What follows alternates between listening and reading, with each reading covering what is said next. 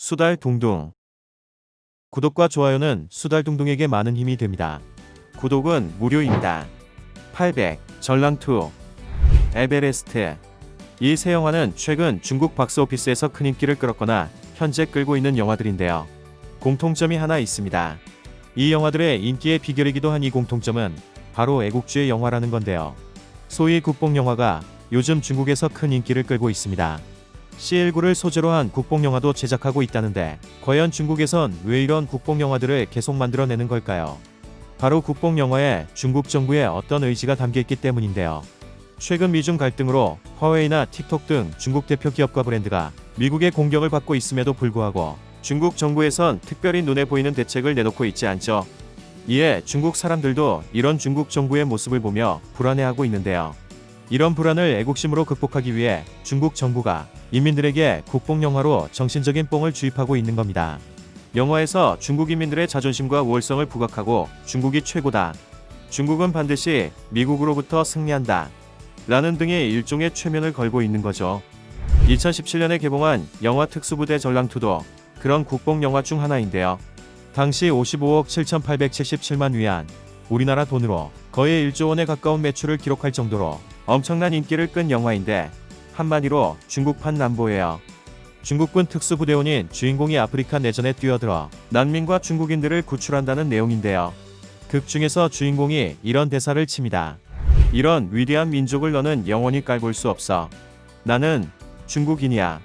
누구든 중국을 건드리면 어디에 있든 찾아가 죽이겠다. 이 대사들이 명대사로 선정될 만큼 중국인들의 애국 정서를 제대로 저격한 영화인데요. 당시 영화를 관람한 중국 관객은 중국인인 것이 너무나 자랑스러워요. 우리 뒤에 강력한 군대와 강대한 나라가 우리를 받쳐주고 있잖아요. 중국이 너무나 위대하다는 생각이 들어요. 라고 하면서 영화에 대해 폭발적인 반응을 보였는데 얼마나 인기가 있었냐면 당시 중국 내에 전랑발 애국주의 신드롬이 일어나서 영국 BBC에서 이 영화 흥행 신드롬에 대해 취재까지 했던 적이 있습니다. 이 신드롬은 외교에까지 이어졌는데요. 일명 전랑 외교라고 불리며 중국을 공격하는 자 반드시 보복한다라는 식의 외교 행태를 이어갔는데요. 상대국과의 대립도 불사하며 강경한 외교적 언사와 행태로 공세적이고 적극적인 외교를 투머치하게 펼쳐서 결국 국제사회의 반발을 불러 미국은 물론 호주, 인도, 캐나다까지 적으로 돌리면서 현재 외교적 고립 위기에 빠져버렸죠. 아무튼 그럼에도 불구하고 중국 정부는 당분간 애국주의를 자극하는 정책을 수정할 생각이 없어 보이는데요. 홍콩, 대만, 다른 소수민족의 독립운동 등 그들을 지지하고 중국을 비판하는 외부 세력에 대한 관심을 누르고 중국 체제에 대한 자긍심 고취를 통해 중국 정부에 대한 지지와 내부 결속을 강화시키기 위해서는 국뽕 영화만 한 게 없기 때문입니다. 영화는 영화일 뿐 얼마나 영향을 미치겠어 하시는 분들도 계실 텐데요. 지난 8월 21일에 개봉해 올해 전세계 박스오피스 1위까지 한 영화 800을 보고 영화관에서 자리를 떠나지 못하고 거수경례를 하는 사람부터 감정을 추스리지 못해 울음을 터뜨리는 관객까지, 그리고 심지어 상해에는 실제 전투 장소를 찾는 방문객이 급증할 정도랍니다. 참고로 영화 800은 항일전쟁을 소재로 중국 상해 전투에서 활약한 800명의 이야기를 담은 실화 바탕의 영화입니다. 그런데 이런 국뽕 영화들 우리나라에도 있고 다른 많은 국가들 또한 조국을 강조하고 애국심을 고취하는 영화를 만들고 있죠. 또 높은 인기를 누리기도 하고요. 원래 영화에서 애국이란 코드는 다양한 장르 중 하나이기에 영화로 제작되는 것은 어쩌면 당연한 것이기도 합니다. 하지만 중국의 국뽕 영화는 다른 시각으로 볼 필요가 있는데요. 그 이유는 중국의 국뽕 영화는 순수한 창작의 산물이 아닌 정부의 입김이 반영된 정치적 메시지와 이데올로기를 품은 선전 도구가 되어 중국인들을 세뇌하기 때문입니다. 더구나 중국 내에서는 해외 뉴스 매체 역할을 할 수 있는 유튜브나 구글, 페이스북, 트위터 등의 해외 앱을 이용할 수 없어 해외발 정보를 날 것 그대로 접하기 어려운데요.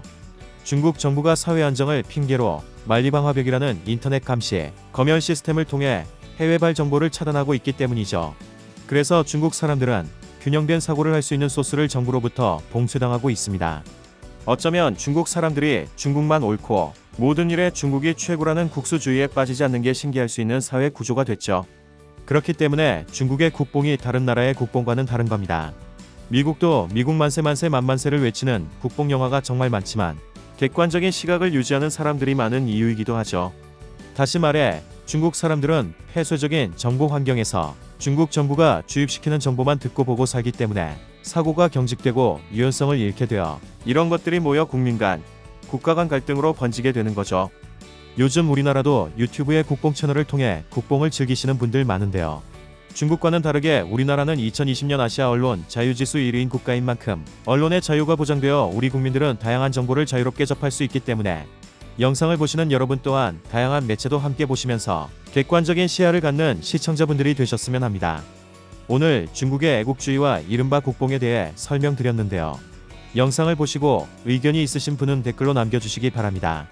지금까지 시사와 지식을 쉽게 알려드리는 수달둥둥이었고요. 영상이 마음에 드셨다면 구독과 좋아요, 알림 설정 부탁드립니다. 구독은 무료입니다. 감사합니다.